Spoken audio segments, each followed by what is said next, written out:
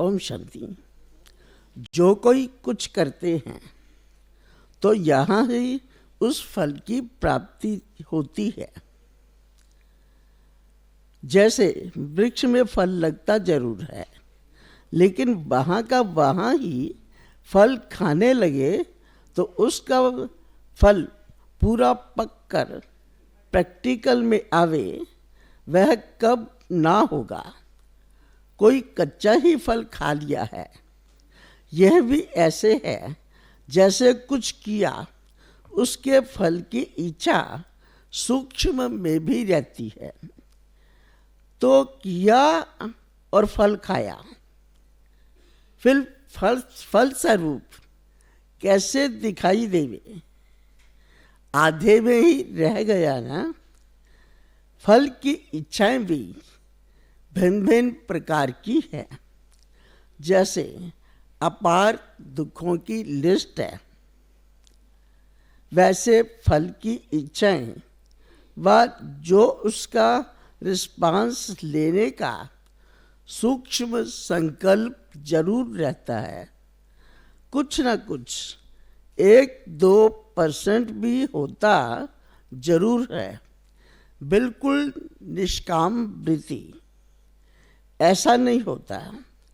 पुरुषार्थ के प्रारब्ध की नॉलेज होते हुए भी उसमें अटैचमेंट ना हो, वह अवस्था बहुत कम है।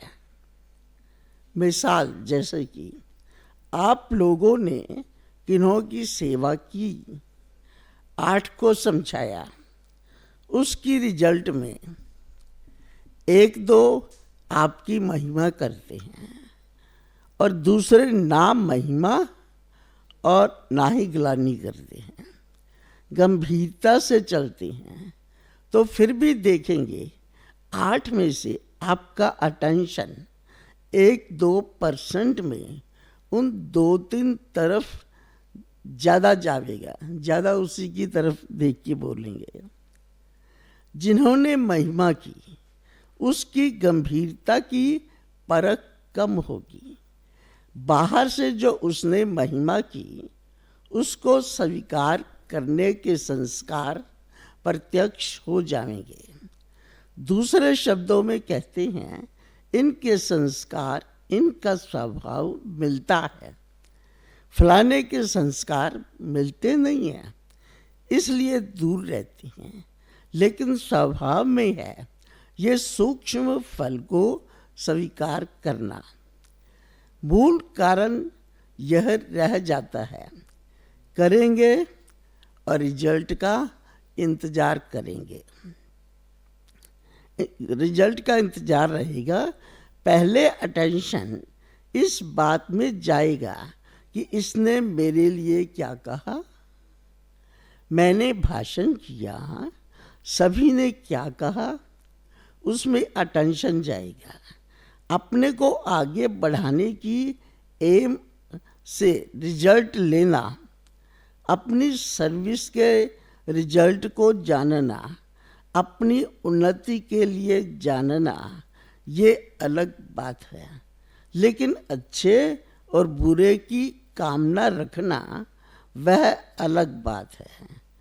अभी अभी किया और अभी अभी लिया तो जमा कुछ नहीं होता है। कमाया और खाया, उसमें विल पावर नहीं रहती है।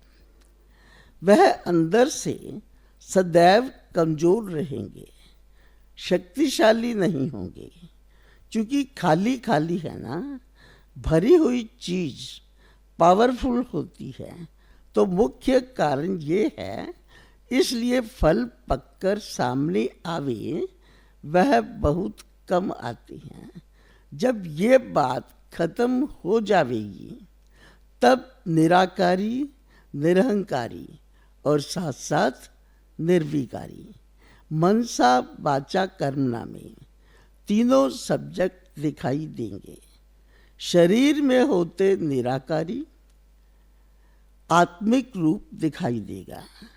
जैसे साकार में देखा, बुजुर्ग था ना, लेकिन फिर भी शरीर को ना देख रूह ही दिखाई देता था।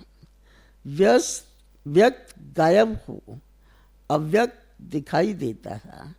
तो साकार में निराकार स्थिति होने के कारण निराकार व आकार दिखाई देता था।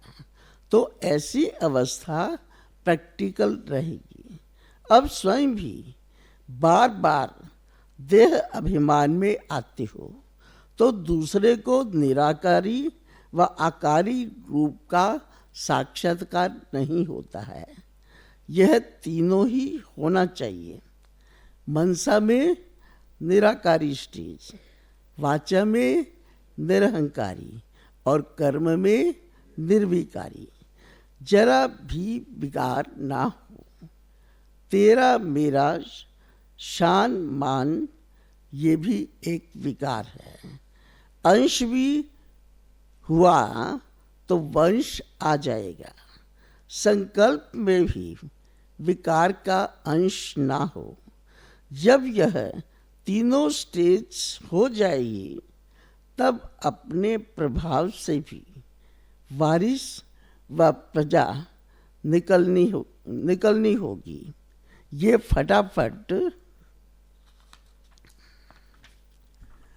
फटाफट निकलेगी। आप लोग अभी जो मेहनत का अविनाशी बीज डाल रही हो उसका भी फल और कुछ प्रत्यक्ष का प्रभाव दोनों इकट्ठे निकलेंगे। फिर क्विक सर्विस दिखाई देगी।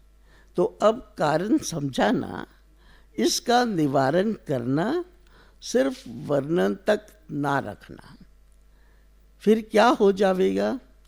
साक्षात्कार मूर्त हो जाएंगे। तीनों स्टेज प्रत्यक्ष दिखाई देगी। आजकल सभी ये देखना चाहते हैं, सुनना नहीं चाहते हैं। द्वापर से लेकर तो सुनते ही आए हैं। बहुत सुन कर थक जाती हैं तो मेजॉरिटी थके हुए हैं। भक्ति मार्ग में भी सुना और आजकल के नेता भी बहुत सुनाती हैं तो सुन कर थक गए हैं। अब देखना चाहती हैं। सभी कहती हैं कुछ करके दिखाओ। भक्ति प्रैक्टिकल प्रमाण दो, तब समझेंगे कि कुछ कर रहे हो। तो आप लोग की प्रत्यक्ष हर चलन यही प्रत्यक्ष प्रमाण है। प्रत्यक्ष को कोई प्रमाण देने की आवश्यकता नहीं रहती है। तो अब प्रत्यक्ष चलन में आना है। जो फ्यूचर में महाविनाश होने वाला है और नई दुनिया आने वाली है, वह भी आपके फीचर से दिखाई देखेंगे तो फिर वैराग्य ऑटोमेटिकली आ जाएगा। एक तरफ वैराग्य, दूसरी तरफ अपना भविष्य बनाने का उमंग आवेगा। जैसे कहते हैं एक आंख में मुक्ति और एक आंख में जीवन मुक्ति। तो विनाश मुक्ति का गेट और स्थापना जीवन मुक्ति का गेट है। तो दोनों आंखों से दिखाई दे। यह पुरानी दुनिया जाने वाली है।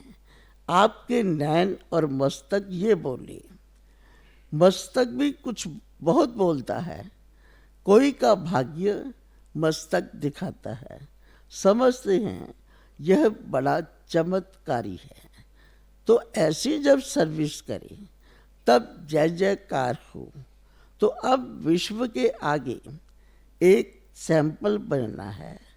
अनेक स्थान सेंटर्स होते हुए भी सभी एक हो, सभी बेहद बुद्धि वाले हो, बेहद के मालिक और फिर बालक। सिर्फ मालिक नहीं बनना है, बालक सो मालिक, मालिक सो बालिक। एक दो के हर राय को रिगार्ड देना है, चाहे छोटा हो व बड़ा हो, चाहे आने वाला स्टूडेंट है और चाहे रहने वाला साथ है। हर एक की राय को रिगार्ड जरूर देना चाहिए। कोई की राय को ठुकराना गोया अपने आप को ठुकराना है। पहले तो जरूर रिगार्ड देना चाहिए, फिर भले कोई समझानी दो, वह दूसरी बात है। पहले से ही कट ना करना चाहिए कि ये रॉन्ग है, ये हो ही नहीं सकता है, ये उसकी राय का डिसरिगार्ड करते हो। उसमें भी इससे फिर उनसे भी डिसरिगार्ड का बीज पड़ता है। जैसे माँ बाप घर में होते हैं तो नेचुरल बच्चों में ये संस्कार होते हैं माँ बाप को कॉपी करने की। माँ बाप कोई बच्चों को सिखलाते नहीं है, ये भी अलौकिक जन्म में बच्चे हैं, बड़े माँ बाप के समान होते हैं। इसलिए आज आपने उनकी राय का डिसरिगार्ड किया, कल आपको वह डिसरिगार्ड देगा। तो बीज किसने डाला? जो निमित्त है। चूहा पहले फूंक देकर फिर काटता है, तो व्यर्थ को कट भी करना है तो पहले उसको रिगार्ड दो और फिर उसको कट करना नहीं। लेकिन समझेंगे हमको श्रीमत मिल रही है, रिगार्ड दे, आगे बढ़ने में वह खुश हो जाएंगे। कितना खुश कर फिर कोई भी काम निकालना सहज होता है। एक दो की बात को कब कब कट नहीं करना चाहिए। हाँ, क्यों नहीं, बहुत अच्छा है। ये शब्द भी रिगार्ड देंगे। पहले ना की तो नास्तिक हो जाएंगे। पहले सदैव हाँ करो, चीज भले कैसी भी हो, लेकिन उसका बिठना माना डब्बी अच्छा होता है तो लोग प्रभावित हो जाते हैं। तो ऐसे ही जब संपर्क में आते हो तो अपना शब्द और स्वरूप भी ऐसा हो, ऐसे नहीं कि रूप में फिर ना की रूपरेखा हो। इसमें रहम और शुभ कल्याण की भावना से चेहरे में कब चेंज नहीं आवेगी। शब्द भी युक्ति युक्त निकलेंगे। बाप दादा भी किसको शिक्षा देते हैं तो पहले सम्मान दे, फिर शिक्षा देते हैं। तो आजकल जो भी आती हैं वह अपने मान लेने वाले ठुकराए हुए को सम्मान रिगार्ड चाहिए। इसलिए कब भी किसको रिगार्ड डिसरिगार्ड नहीं, पहले रिगार्ड देकर फिर काटो। उनकी विशेषता का पहले वर्णन करो, फिर कमजोरी का। जैसे ऑपरेशन करते हैं तो पहले इंजेक्शन आदि से शुद्ध बुद्ध भुलाते हैं, तो पहले उसको रिगार्ड से उस नशे में ठहराओ। फिर कितना भी ऑपरेशन करेंगे तो ऑपरेशन सक्सेस होगा। वह भी एक तरीका है। जब ये संस्कार भर जाएंगे तो विश्व से आपको रिगार्ड मिलेगा। अगर आत्माओं को कम रिगार्ड देंगे तो प्रारब्ध में भी कम रिगार्ड मिलेगा। अच्छा, ओम शांति।